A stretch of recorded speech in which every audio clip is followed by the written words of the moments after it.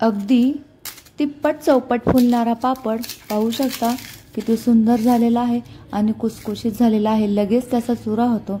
हे पोह्याचे पापड आज आपण पाहणार आहोत। वाळवणातले उन्हाळी वाळवणातला दुसरा प्रकार ते म्हणजे पोह्याचे पापड। हा पापड किती छोटा आहे पण तळल्यानंतर अगदी तिप्पट चौपट असा छान फुलतो। पाहू शकता किती कडकडीत असा वाळलेला आहे आणि तुम्हाला विश्वासही बसणार नाही। हे मी घरात पंख्याखाली पापड केलेले आहेत आणि फक्त एकच ऊन दिलेला आहे त्यांना परातीमध्ये भरून। पाहू शकता तर यातला मी तुम्हाला पापड तळून दाखवते।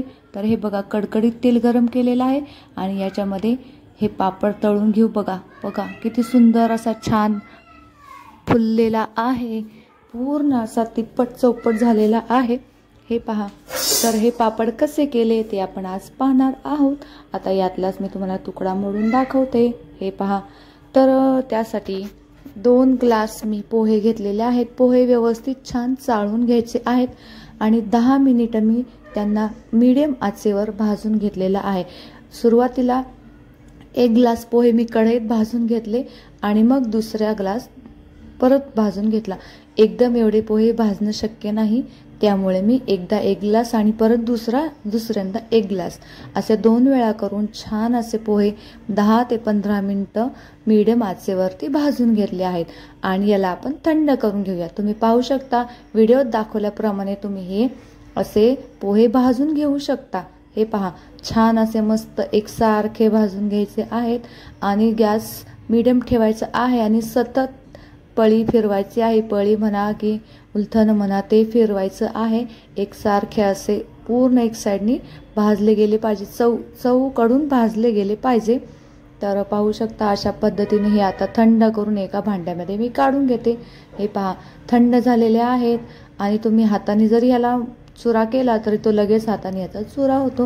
पाहू शकता किती सुंदर असे छान भाजले गेलेले आहेत। हे पहा मस्त हातानेही चुरा होत आहे। अशा पद्धतीने तुम्हाला हे पापड छान भाजून घ्यायचे आहे आणि थंड झाल्यावरती इथे मी मिक्सरमध्ये थोडे थोडे करून हे पापड बारीक करून घेत आहे। आता तुम्हाला मिक्सरच्या भांड्यामध्ये जेवढे मावतील, एकदम खूप दोन्हीच्या दोन्ही ग्लास नाही घालायचे, अर्धा ग्लास करून तुम्ही हे छान मिक्सरमध्ये बारीक करून घ्या। आणि मग इथे बारीक चाळणी आहे सुजीची, आपण ज्याने रवा चालतो, तर त्या चाळणीने हे छान असे चाळून घेऊया। सगळे चाळून घ्यायचे मस्त आणि काहीच वरती राहत नाही, थोडं सुद्धा खर राहत नाही। जरी राहिली तरी परत मिक्स करून घ्यायची। बस सगळं व्यवस्थित पीठ चाळून घेतलेलं आहे आणि मऊही झालेलं आहे।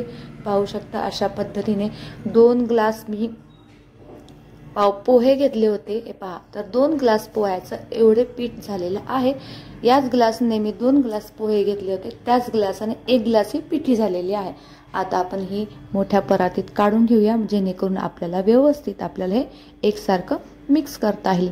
पाहू शकता जर 2 ग्लास पोहे असतील तर त्याचंही पिठी अशी 1 ग्लास होते। तर एका स्टीलच्या पातेल्यामध्ये मी 1 ग्लास पाणी घेतलेलं आहे आणि वरून अर्धा ग्लास म्हणजे टोटल 1.5 ग्लास पाणी घातलेलं आहे। त्याच्यामध्ये चवीनुसार मीठ घेतलेलं आहे, जिऱ्याची पूड घेतलेली आहे, 2 चमचे मीठ घेतलेलं आहे आणि 1 चमचा पापड खार घेतलेला आहे।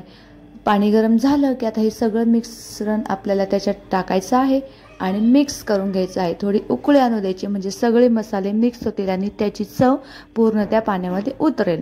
हे बघा अशा पद्धतीने तुम्ही मिक्स करून घ्या। उकळी आलेली आहे, हे पहा किती छान उकळी आलेली आहे। उकळी आली की त्याच्यामध्ये आपल्याला पीठ घालून घ्यायचं आहे। मस्त उकळी, जेवढी छान उकळी येईल तेवढी छान आपले मसाले मस्त व्यवस्थित मिक्स होऊन जातील।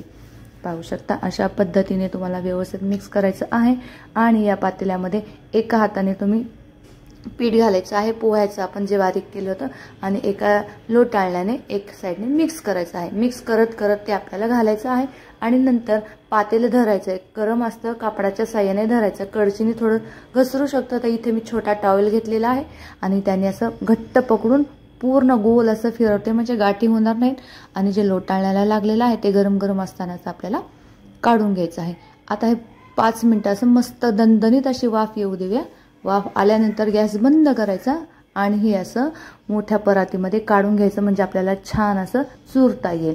हे सुरुवातीला गरम असल्यामुळे मी असं स्पॅच्युलानी मिक्स करत आहे, पण हे व्यवस्थित आपल्याला हातानेच करावं लागलं आहे। थोडं कोमट झालं की तुम्ही हाताने ह्याला एकसारखं मिक्स करू शकता। जर तुम्हाला आवडत असेल तर तुम्ही कॅरी बॅगमध्ये हे सगळं पीठ टाकून गरम गरम असतानाच मऊ करू शकता, पण मी तसं नाही केलेलं आहे। मी डायरेक्ट परातीत टाकून हे मिक्स करत आहे। तर सुरुवातीला गरम असल्यामुळे आपल्याला ते हाताला चटके बसू शकतात, त्यामुळे मी असं एकसारखं स्पॅच्युलाने मिक्स करते। त्याच्यानंतर जरा कोमट झालं की मग आपल्याला ते मग थोडंसं किंचित एक थेंबर हात लावायचा तेलाचा, पाहू शकता। थोडंसं तेल घ्यायचं आणि हे चुरायचं। थोडं गरम गरम आहे पण हे चुरावंच लागेल, कारण जर तुम्हाला रिझल्ट चांगला हवा असेल, हलका फुलका पापड हवा असेल तर थोडीशी मेहनत ही करावीच लागते। इथे मी छान थोडंसं एक चमचाभर तेल लावलेलं आहे आणि व्यवस्थित छान गोळा करून घेत आहे। पूर्ण व्यवस्थित चुरून घ्यायचा आहे एकसारखा, मस्त एक जीव होईपर्यंत छान आपल्याला एकसारखा चुरून घ्यायचा आहे।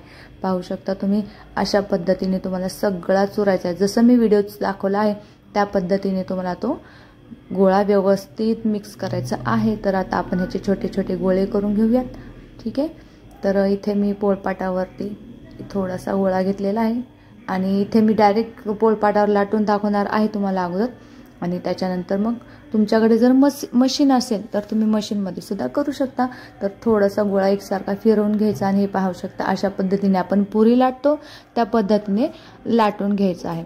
जर तुम्हाला हे अवघड वाटत असेल तर तुम्ही हे तुमच्याकडे जर मशीन असेल त्याच्यावरती सुद्धा लाटू शकता, किंवा तुम्ही कॅरी बॅग ठेवून सुद्धा लाटू शकता। तर आता हे पहा, हे हातावर डायरेक्ट पोळपाटावरती पुरीच्या आकाराची ही पापड लाटलेला आहे। आता दुसरा पापड मी तुम्हाला कॅरी बॅगवरती कसा लाटायचा ते सांगते। किराणा मालाच्या एक पिशवी ते अशी छान चौकोनी आकारामध्ये कट केली, एक खाली ठेवली, त्याच्यावर गोळा ठेवला आणि त्याच्यानंतर दुसरी त्याच्यावर ठेवली आणि असे गोल फिरत फिरत असं सावकाश असं पापड एकसारखा असा लाटला। तुम्ही जेवढा पापड एकसारखा लाटताल तेवढा तळल्यावरती तो एकसारखा फुलतो आणि चवीलाही छान लागतो, एकदम कुरकुरीत असा लागतो। हे पहा, अशा पद्धतीने तुम्ही सावकाश एक साईडने करू शकता। अगदी अर्धा तासात हे पापड तयार होतात। तुम्हाला जर बिलकुल वेळ नसेल, काहीही पूर्वतयारी नसेल तरी तुम्ही हे छान पापड असे करू शकता, पाहू शकता। आता हे पण टाकूया। अशा पद्धतीने मी सगळे पापड टाकलेले आहेत। माझ्याकडे इथे कॉटनची ओढणी होती, त्याच्यावरती मी प्लास्टिकचा कागद टाकला आणि त्याच्यावरती हे सगळे पापड असे टाकल्याने म्हणजे फॅन खाली हे मस्त वाळून जातील।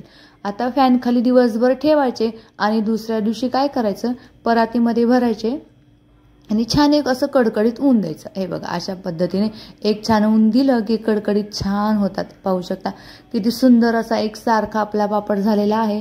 तुम्हाला व्हिडिओ आवडला तर व्हिडिओला लाईक, शेअर, सबस्क्राईब करायला विसरू नका। चांगले असे छान पापड वाळले गेलेले आहेत। जर व्यवस्थित वाळले गेले तर छान असा पापड फुलतो आपला। जर अर्धवट तुम्ही तळायला घेतले तर पापड तळला जाणार नाही। हे पहा, अशा पद्धतीने।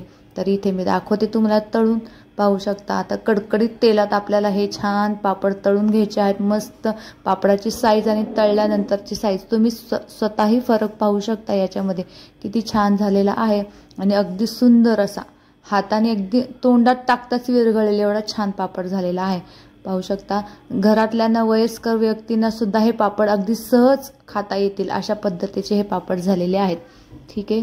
पाहू शकता किती सुंदर असे पापड झालेले आहेत। जर तुम्हाला व्हिडिओ आवडला तर व्हिडिओला लाईक, शेअर, सबस्क्राईब करायला विसरू नका आणि कमेंटही करा, ठीक आहे। अशा पद्धतीने मस्त उन्हाळी वाळवण करा, खा, मस्त साठवून ठेवा, वर्षभर हे छान पापड टिकतात, ठीक आहे। पाहू शकता मस्तच अशा पद्धतीने मी हे पोह्याचे पापड केलेले आहेत। चला तर भेटूया दुसऱ्या व्हिडिओ सोबत। Bye bye.